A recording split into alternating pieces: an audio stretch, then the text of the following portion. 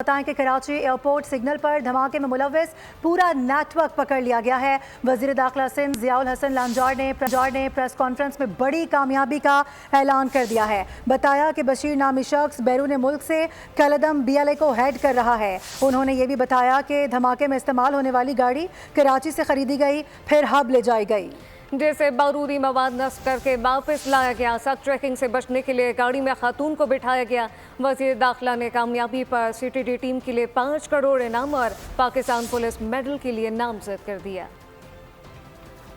National airport Karachi کی حدود میں 11:02 چائنیز کا ایک قافلہ تھا، اس پر ایک دہشت گردوں نے خودکش حملہ کیا۔ پتہ یہ چلا کہ یہ گاڑی فرحان اور محمد شریف اس کے ساتھ جو گاڑی کی خرید میں تھے وہ یہ لوگ شامل تھے۔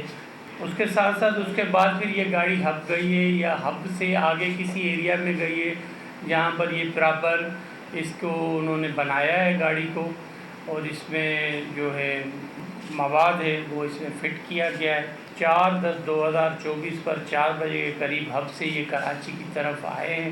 یہ ایک خاتون کو انہوں نے اپنے ساتھ لیا ہے اور اس کا نام گلنساء ہے، شی از اریسٹڈ، اور اس کو انہوں نے اپنے ساتھ اس لیے لیا کہ وہ جب اگر کوئی خاتون ہوتی ہے کسی گاڑی میں تو کچھ رویہ اور چیکنگ وغیرہ کا تھوڑا سا مائلڈ ہوتا ہے۔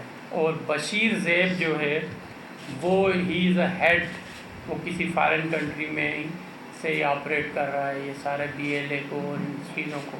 قائد اعظم یا پاکستان پولیس میڈل ہے، اس کے لیے میں ریکمینڈ کر رہا ہوں ان کو، اور ان کے ساتھ ساتھ کیش ریوارڈ کے لیے بھی میں یہ جو پوری ٹیم ہے اس کے لیے 5 کروڑ روپے کا اعلان کر رہا ہوں۔